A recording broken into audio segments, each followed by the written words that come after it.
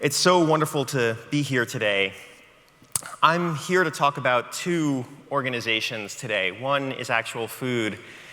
The other is our new foundation, whose name is TBD. But before I do that, it's a real pleasure to have a chance to have a conversation live with my friend Maddie Allin, who has been so instrumental in helping us to deal with the situation of last year. So, Maddie, how you doing? Hey, I'm great. How are you? Doing great. It's great to see your face. So, for those of you who don't know Maddie has a background in the behavioral sciences and then switched into a career in crypto and has married those two things in a really interesting way. So, Maddie, why don't we start off by you telling everybody about that? Yeah, so I was a neuroscientist for 7 years, and then I worked as a mental health therapist for 7 years after that. And now I'm retired from crypto, but I'm working more than ever to promote time locking crypto and longevity. And I have a YouTube channel where about 5,000 to 10,000 people tune into my show every week. So that's like a small university worth of people. And many of them have become multimillionaires from crypto. Unlike other crypto YouTubers, I don't sell anything. And that makes me a pretty trusted source for people who are really interested in these topics of crypto and longevity. Absolutely. So why don't I start with the obvious question. What was it about longevity that piqued your interest? What's your backstory? Well, so there's actually a hypothesis in crypto that cryptos can't die. And I think humans should be more like cryptos. And that's where this intersection between crypto and longevity comes. Absolutely. So the way that crypto is considered to not be able to die is because it's something that's digital and censorship resistant and immutable and decentralized. And so those are some of the properties that give it life.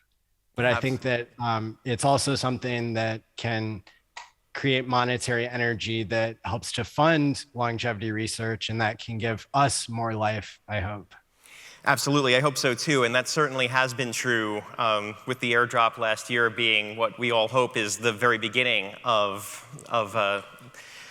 money no longer being the rate limiting factor for this research. So, Maddie, tell me a little bit about HEX and time locking for those who aren't familiar. Yeah, so maybe I can tell you first a little bit about the founder of HEX. So there are only 4 cryptocurrencies ever that have done a 10,000x increase in price. And only 2 of those founders have ever, they've never sold a single coin. And then only one of those founders is currently alive. And the founder who never sold and never died and did invent something that did a 10,000x is Richard Hart. And he's the one who invented HEX. And he also arranged for $27.5 million to be donated to the SENS Foundation last year as a part of the Pulse Chain Sacrifice, which is the second cryptocurrency that he's going to be coming out with probably in the next 6 months. And that could do a 10,000x as well. So over 2,000 Richard Hart followers donated to the SENS Foundation. And I predict and hope that SENS and Methuselah and others will become more involved with us crypto enthusiasts over time. So that's a little bit about Richard. He also, he helped with one of the SENS conferences in the past and has known Aubrey, I think, for over 10 years. And so I'm kind of following in his footsteps, creating self-help videos on YouTube, volunteering to and promoting longevity causes. And now, I'm creating a blockchain tool that is in some ways kind of adding some of the superpower of HEX onto Pulse Chain. And one of the reasons why HEX gives users a superpower is because it allows us to time lock our coins. The reason why that's important is because when cryptocurrency is so volatile that it goes down 60% 8 times over 2 years, or it can all, it also has times where it runs up and just, does 10x and then another 10x and then another 10x. Those are all situations where it's hard to do the right thing of spreading your coins out over time. And so by using a smart contract to time lock the coins, that's part of what makes Hex special, and the incentives that go along with that. And then I'm going to be creating a technology for people to time lock their pulse chain tokens so that they'll be able to dollar cost average out over time.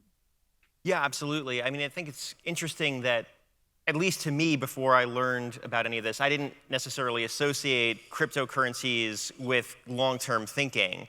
And yet you're building that in programmatically, not just into Hex, but into Pulse and potentially other cryptocurrencies as well.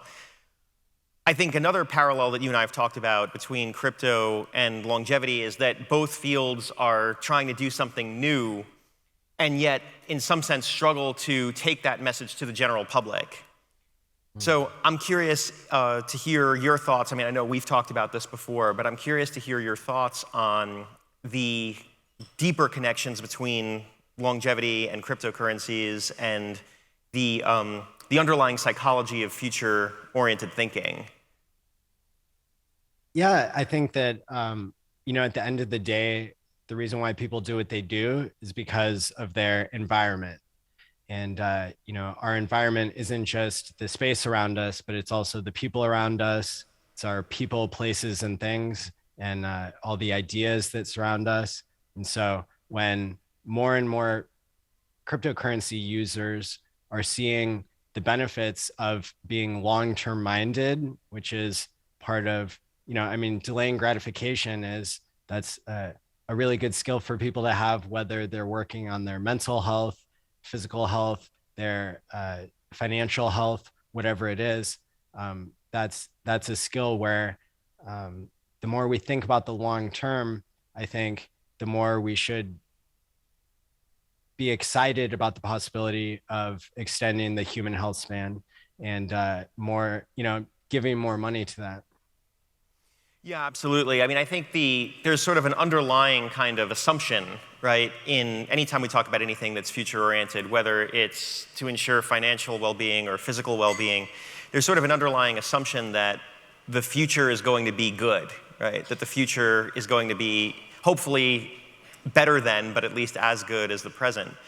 And I think that when people sort of have an initial reaction that kind of resists either of those things, future-oriented thinking in either form, I think it's probably important for us to remember that that reflects more kind of an indictment of certain aspects of society and contemporary life than any sort of defect in what we're offering. Absolutely. Yeah.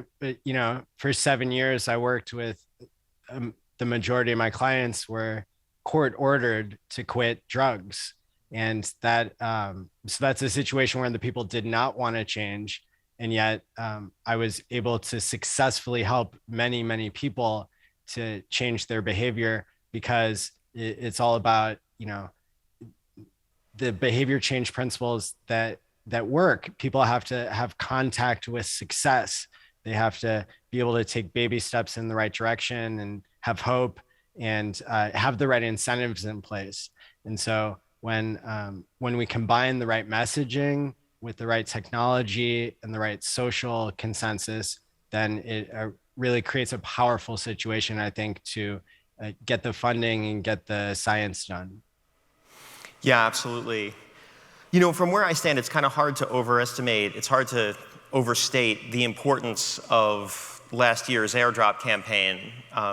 Given that had raised more money than SRF had raised in the previous 5 years combined, in just 2 weeks. So having had the opportunity to talk with you quite a few times over the last year, and some of the other airdrop donors, you being an airdrop donor yourself, I just wanted to convey my personal appreciation to you and to Richard and to indeed all of the airdrop donors who made that possible. Thank you. Yeah, I think that, my goal is to continue to promote with my YouTube channel and with the conferences that I've organized to try to encourage people to do way more than we've done in the past, because I do believe that, curing the diseases of aging, that's the future, and it's something that can't get here soon enough. Absolutely. Absolutely. So, Maddie, I just wanted to give you the floor if there was anything else you wanted to say before we wrap up. Yeah, so if people could go ahead and follow my channel on YouTube, you'll be able to find all the resources that I have and see the things that I'm working on to try to promote longevity and mental health and crypto. Absolutely. Well, wish you were here in person, Maddie, hopefully next year. And thanks for joining us virtually. Thank you, Greg.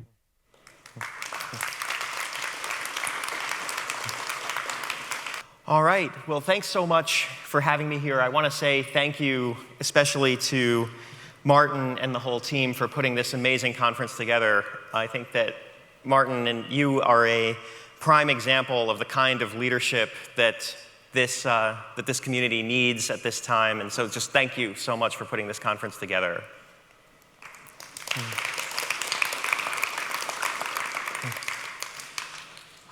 So as I said, I'm here to talk about two organizations today. One is Actual Food. The next is our new foundation that we have yet to name.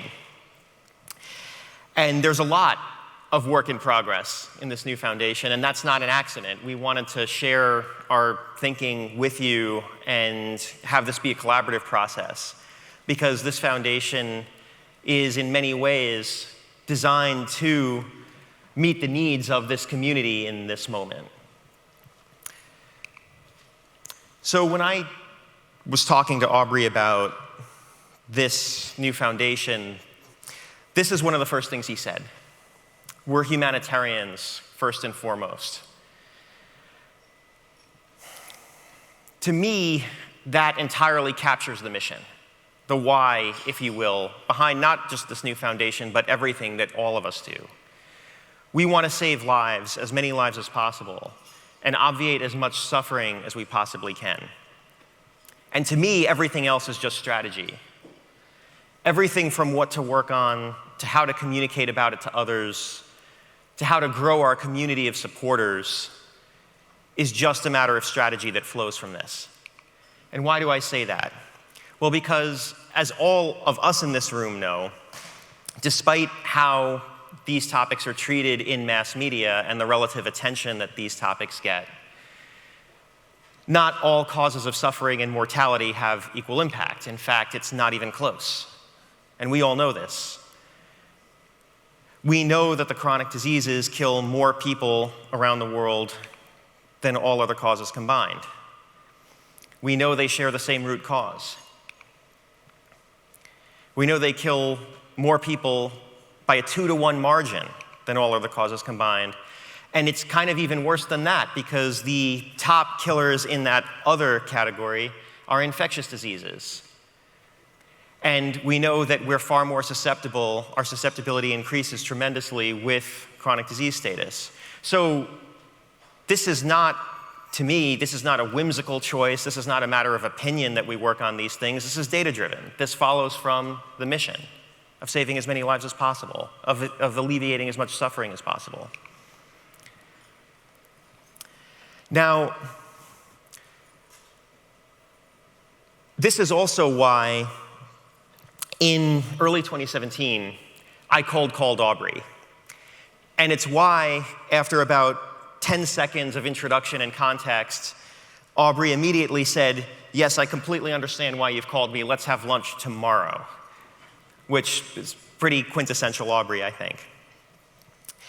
And we realized very quickly that we're working on the same problem, just from very different ends, and that I'm working on the far easier part of the problem in some ways. One of the things that Aubrey impressed upon me in that first meeting is that there's a tremendous difficulty that the longevity community faces in expanding its ranks. He mentioned what he calls the pro-aging trance, sort of a predisposition to not only kind of fail to understand, but also oppose the mission of longevity.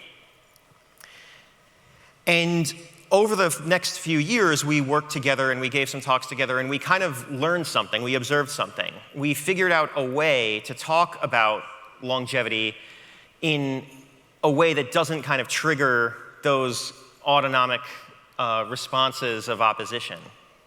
And so I want to share that with you now. What I want to emphasize here is the presentation of it, not the content. You guys already know the content. What I want to share with you is this sort of magic wand, if you will, that I think we've discovered to bring in really high caliber people into this field who otherwise might not have even known that the longevity field exists. So it starts out in the usual way, right? We talk about how over the course of our lives, starting from the time that before we're even born, normal metabolism leads to damage. And over time, that damage accumulates, and once it reaches a critical point, that leads to pathology. And intuitively, most people don't have much of a difficulty understanding that. It sort of feels intuitively right that this is the case. Because after all, it's kind of common knowledge that lifestyle factors, predominantly what we eat, can significantly extend health span. That compared to, say, the standard American diet, better lifestyle choices can buy us decades of health span. And the point is that this is not controversial. This is entirely uncontroversial. Almost everyone knows that lifestyle factors are helpful, whether or not they appreciate the degree to which that's true, modulo differences in understandings of what indeed constitutes healthy food, for example. There's a lot of misinformation out there. And don't get me wrong, almost no one actually does the things that are ideal for us. This is my profession and I don't even do it, right? But the point is that no one opposes them ideologically, right? This is the reason that actual food exists, is to fix that disconnect between what we know and what we do, right? We want to make it easy for people to put this knowledge into action and buy themselves those healthy decades. And we want to bring more people into the future that, as a community, we're working to create through damage repair therapies. But the point to me is that it's not controversial. No one objects to it. No one is opposed in principle on ideological grounds to eating better. There is no pro-Pop-Tart trance.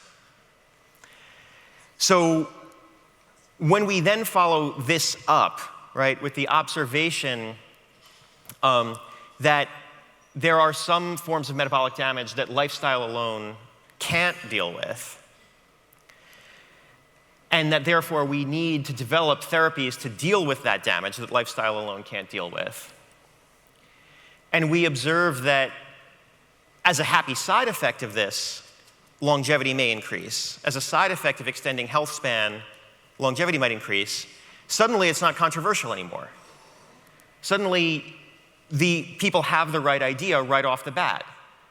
What they're picturing is compression of morbidity. They're not thinking of extending morbidity, which is, I think, what a lot of people think of when they first hear about longevity.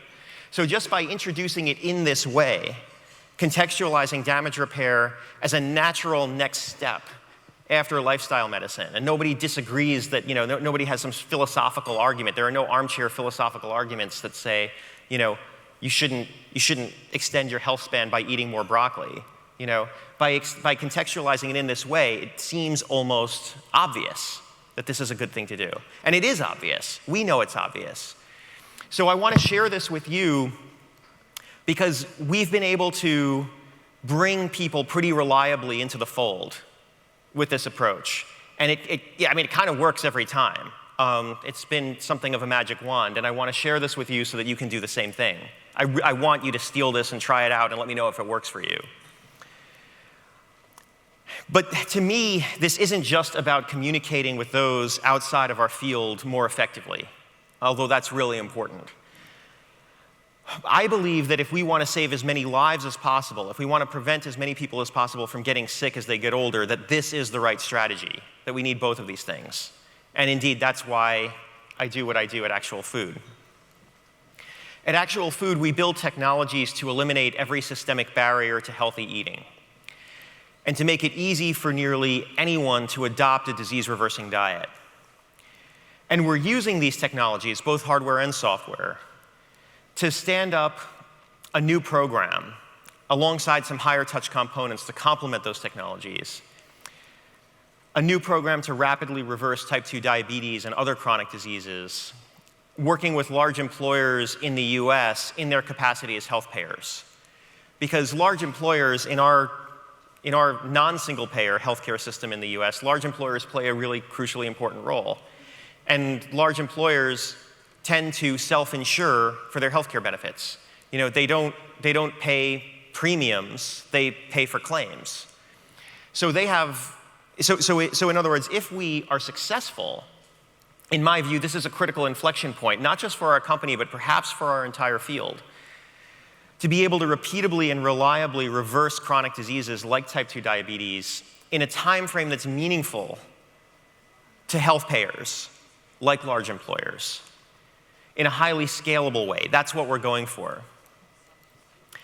And in this, we're standing on the shoulders of giants.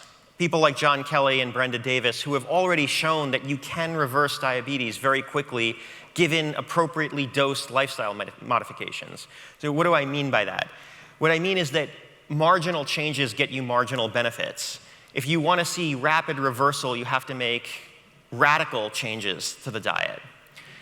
But that doesn't have to be unpleasant. And that's our thesis.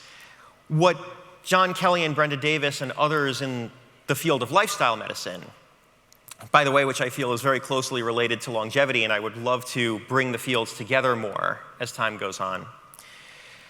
What they've shown is that in settings like residential treatment programs, in sort of somewhat contrived settings, you can reverse type 2 diabetes very rapidly. What we want to show is that you can do that in the real world, quote unquote, in a very scalable way, where people don't have to travel and spend time in a different environment. They can continue to live where they live, work, go to school, whatever it is they normally do, and still reverse their type 2 diabetes.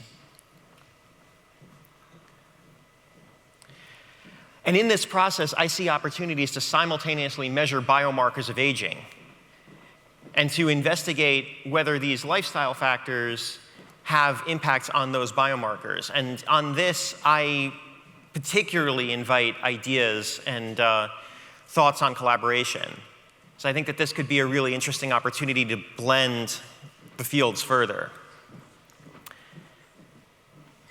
So all this is easier said than done. When I talk about the systemic barriers to healthy eating, there are many. Right? There are the obvious ones, like affordability, like geographical access.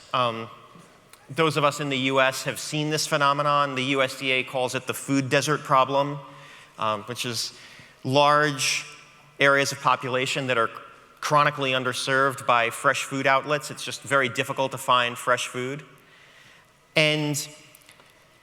But on top of that, there are these more subtle, more insidious systemic barriers to healthy eating. And what this kind of goes to show is that it's not that just some people are affected by this problem. Everybody, at least in the US, is affected by this problem. Everybody is affected by at least one systemic barrier to healthy eating, usually several, sometimes lots.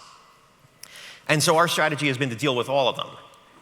Let's eliminate the systemic barriers to healthy eating by building appropriate technologies and use those technologies, as I said, as part of a highly focused strategy to reverse type 2 diabetes for the patients who need it most.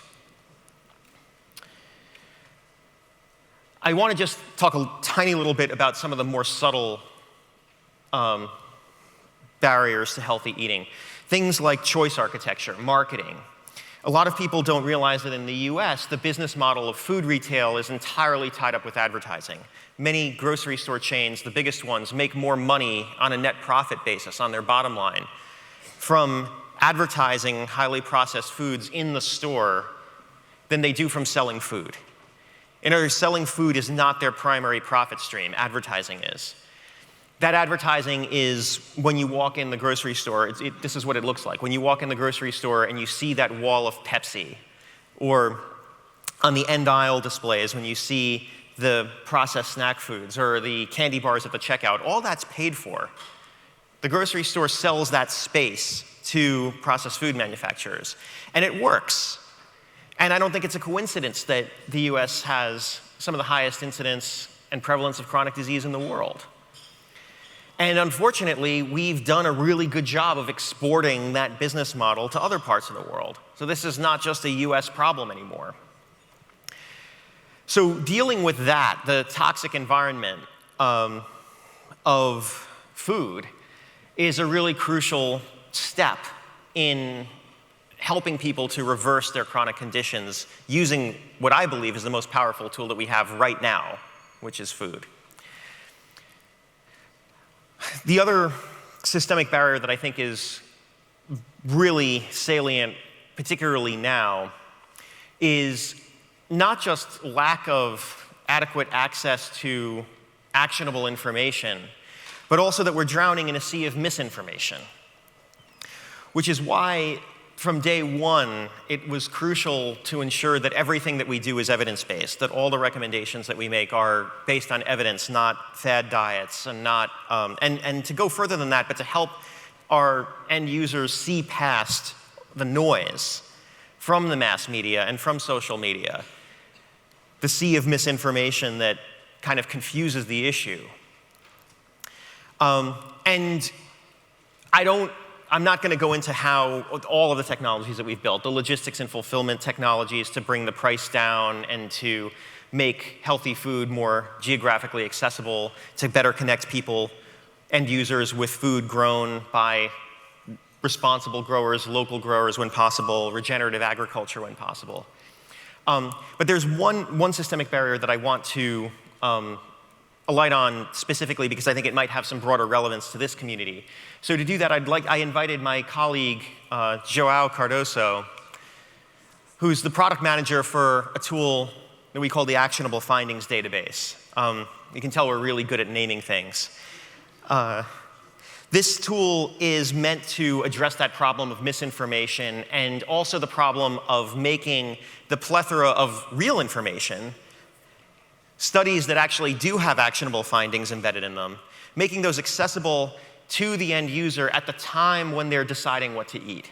Because in our program, in our diabetes reversal intervention, we're not just like locking people in a room and telling them what they have to eat. You, if you're participating in the program, you're still part of the loop. You get to express preferences. You get to say, no, I'm not going to eat that. And so we need some pretty powerful software to deal with that, to deal with those preferences and accommodate them in real time. So I invited João to do a really quick screen recording to explain this application that he's been working on to help to give content experts a way to extract actionable findings from the literature and turn them into actionable findings, into structured data, in other words, actionable findings in a structured form that software can consume. And also, end users can consume on their own. Humans can consume this information too, and it's really kind of nice to be able to see the actionable findings in a sort of one convenient place, but at the same time be able to go back to the literature and see the underlying basis, to kind of be assured that this is all indeed evidence-based. It's not really good enough for us to just say it's evidence-based. We kind of need to show that. So this is what this tool does, and I see some application. You know, this can be used for any kind of findings from literature. It doesn't have to be, it's not domain specific. So if you see opportunities to use this tool in your work to help to build consensus in your research communities, I'd really love to talk to you about that. We would like to make this open source and available, a kind of Wikipedia, if you will, for peer-reviewed research and extracting findings from peer-reviewed research that is not, unlike Wikipedia, editable by anyone, but editable by a highly curated group of experts. So with that, I want to just let Joao talk about the app that he and his team have been working on really hard for over a year to build.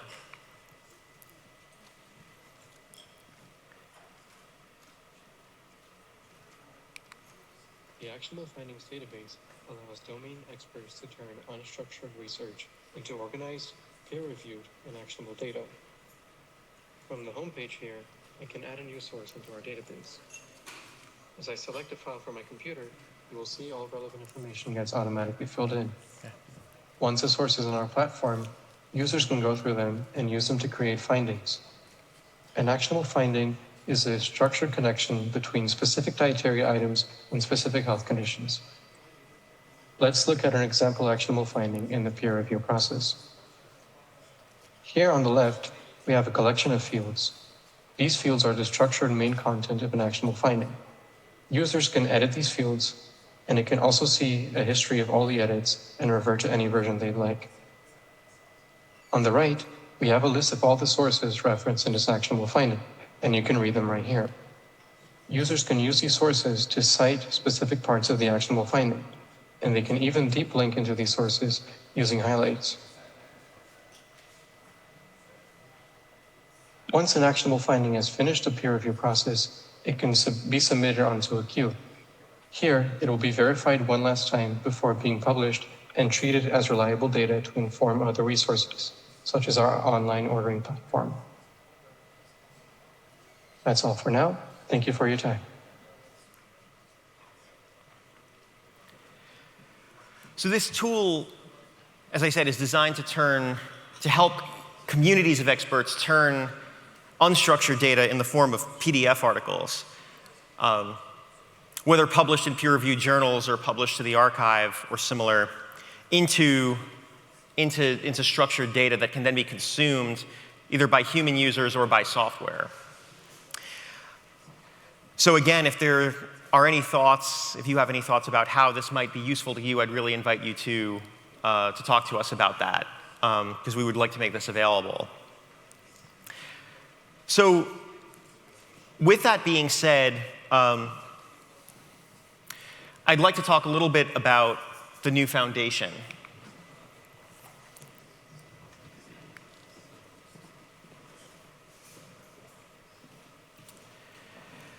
So Dr. Khan yesterday spoke about the need for leadership in our field. I think there were kind of murmurings of agreement in the crowd. I agreed with that. But the question to me is, what kind of leadership? Because leadership comes in many different forms. To me, this is the model of leadership that I think of, the upside-down pyramid. The kind of leadership that exists to lift and support the entire community, to eliminate the systemic rate limiters to our progress, whether those be financial or in terms of PR, or maybe regulatory barriers.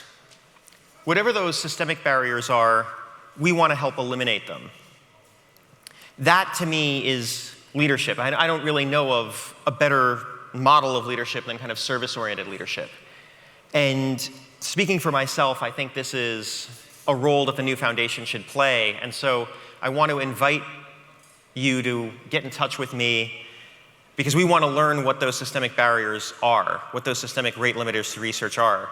And just like in the actual food context, when we discovered what the systemic barriers to healthy eating are, we didn't just sit in a room and come up with them straight out of our own minds. The insights came from talking to people who were experiencing those systemic barriers. It wouldn't have done anyone any good if we had just sort of swooped in and declared what we think the systemic barriers are. We had to talk to the end users. In the same way, this community, I think that this community is filled with people who are doing all the right things pretty much, right? I mean, we've seen that in this conference. Extraordinary work is being done in this field. And I don't think that we personally are supposed to suddenly become science communicators or policy advocates. I mean, it's great if we're inclined to do that, but I don't think that that's a reasonable expectation that we in this community should personally do that. What I think is a reasonable expectation is that we figure out a way to bring in people who are really good at those things, to communicate about what we're doing at least well enough to do that, to bring in people who can kind of bring us the rest of the way there, to eliminate those systemic rate limiters. But again, it would be incredibly hubristic for me, of all people, to presume that I know what those systemic rate limiters are. So I'm really asking for your help to educate me about the systemic rate limiters that you experience in your scientific research day to day, and to tell me what can we do to help you to go 10 times faster, to solve this problem for more people, to achieve escape velocity for the majority of people who are alive today. We have to work together to think about that and to eliminate the systemic barriers for the field. And I can't do that if you don't tell me what they are. So I really want to ask you to get in touch with me to talk about that. I'd like to now invite someone to the stage to speak very briefly about her experiences. Someone who is a prime example of the kind of really high caliber professional that we can bring into our field when we contextualize it properly. Pat Nicklin is a serial architect of successful organizations. At Management Sciences for Health, she launched the No More Epidemics campaign in response to the Ebola epidemic of 2015, and co-wrote a book called The End of Epidemics, which I really wish more people had read before 2019. She worked as executive vice president and chief operating officer of the National Park Foundation, where she built and managed a campaign to raise $300 million for the National Park Service. This was an organization that had only raised $25 million in its entire lifetime before Pat came in. At Share Our Strength, she created the No Kid Hungry campaign, which makes her a rock star in my world of lifestyle medicine. She was managing director and stood up this program. So, my friends, please join me in welcoming Pat Nicklin to the stage here. Thank you. And thank you so much for joining us in this field, Pat. Thanks. Thank you so much, and thank you, Greg and Aubrey, and I know we've got a short amount of time. I just want to say thank you for someone who took biology in the 10th grade. I've really needed to hear your speeches and your work, and I'm stunned by the impact that you're making on extending healthy lifespan. So I want to thank you for that. Basically, what I've been asked by Aubrey and Greg to do is to help you take this movement to the next level. I've had the privilege of being in the presence of great founders, the privilege and the agony, I might add. And I've kind of become kind of a founder whisperer. And what I know, I've seen really what's worked. I've seen what's taken a movement, a passionate movement of really committed and intelligent and gifted people, and taken it outside of that community. I find that if what happens with movements that are unsuccessful is they sing to the choir, as they say. And I think it's really important at this moment in time, what I've heard from many speakers here, specifically Mahmoud yesterday, this is your moment. This is your moment to tip this from being your movement to our movement, right? And when we were working on No Kid Hungry, we needed to take it from, understanding hunger and ending childhood hunger should be on its face something people should support. But to take it from a committed group of advocates to having, for example, President Obama say, give me a plan to end childhood hunger in the United States, which he did, and we wrote that plan together. To be able to have the USDA take that and say, we're going to leverage we're going to help you extend federal child nutrition programs to many more children, to have our goal, which was to reduce food insecurity from 17 million, do you believe it or not, at that time, children in the US who are experiencing very high food insecurity, to 0.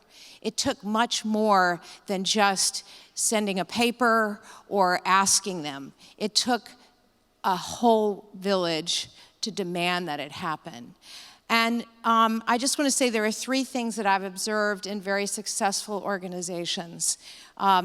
What we want to do with the foundation is make it a first-class nonprofit, right? And the 3 things that take things from just kind of an inside baseball movement to success, I've observed are, first of all, to have a big idea. I think you have a big idea, and I think you have the right idea, and have the right strategies to solve that problem of life expansion. But I think the thing that tips it into having it actually work is, number 1, to have a big idea, but to have the urgency to attack that big idea as if your life depended on it. When I've seen people treat things like a political campaign, frankly, when nonprofits have treated things urgently like a political campaign, like you've got to elect the president by November 4th, that helps it work. I think the second is to have a measurable goal that is a key value added to the field. There are 900,000 nonprofits in the United States, and I kind of wish half of them would go away, because they really, it's all good and well to have a vision and your vision, right? This is my vision, right, as a founder. But if you aren't adding value to the field, you're not going to raise the money you need, and you're not going to succeed at your goal. And if the goal is not measurable, if it is simply end hunger or expand life expectancy, et cetera, it's not going to happen. So challenge yourself to have a measurable goal that you can unite around, and that you can use that measurable goal to move people around. And I think third, and not last but not least, is to build an organization with great expertise that is a first-class structured organization. I've often played the role of the COO, or the managing director, the person that doesn't understand the science at Management Sciences for Health, but had to bring in other funders who didn't understand the science either. And so what does that require? It requires that you not operate from a scarcity model. When I've asked people here what money they need to raise, I get the sense that you're asking for what you think you need. What I encourage you to do is ask what you want. What is going to take you beyond incremental change in your science? What's going to allow you to actually achieve your end goal? And let's go there, right? Let's go there. And to do that in the foundation, we're going to need really good people who know how to make that happen, who know how to articulate your vision and your science, and who know how to ask for what you deserve. So anyway, congratulations on this, and I look forward to helping you and working with you on it. Thank you. Thank you so much, Pat. So to close out, I just want to say one very quick thing here. I am so grateful and honored to be working with Aubrey on creating this new foundation, which of course primarily has to be about doing things, supporting research that nobody else is doing, the most important research, regardless of its difficulty, regardless of its time horizon to commercialization. That, we all know, has always been Aubrey's sweet spot, and we know that that'll never change. I want to share one really quick anecdote that I've had working with Aubrey. And this, to me, kind of is what I think about when I think about how grateful I am to be working on this foundation. In 2018, we had the honor of hosting Congresswoman Rosa DeLauro in David Spiegel's lab. As many of you know, David Spiegel's lab was supported by Aubrey through the SENS Research Foundation, where they achieved the total synthesis of glucosapine. And we had the honor of taking Congresswoman DeLauro, who, by the way, is the chair of the Appropriations Committee for the House of Representatives. So it's, if you want a friend in Congress, Rosa is the one to have, and she's a wonderful human being. But before that kind of high-profile meeting that we had, Aubrey went around the lab and talked, not just to the PI, not just to David, not just to the postdocs who are working with David, but to the grad students. And he asked the grad students about their contributions to the work. And he listened. For 20 minutes, I remember this one graduate student sort of going on and on and on about stuff that Aubrey already knew, but there was a moment where Aubrey said, wait, stop. Tell me more about that. Tell me more about that process. Did you invent that? And the graduate student said, well, yeah, I think I invented it. I'm not aware of it being done anywhere else. And Aubrey said, great, I want you to fly out to Cambridge and teach one of our other labs how to do that. That, to me, that's not star power, that's leadership. That's the leadership that Aubrey brings to this community. I'm so grateful to be working on this foundation. I'm looking forward to working with all of you. Thank you very much.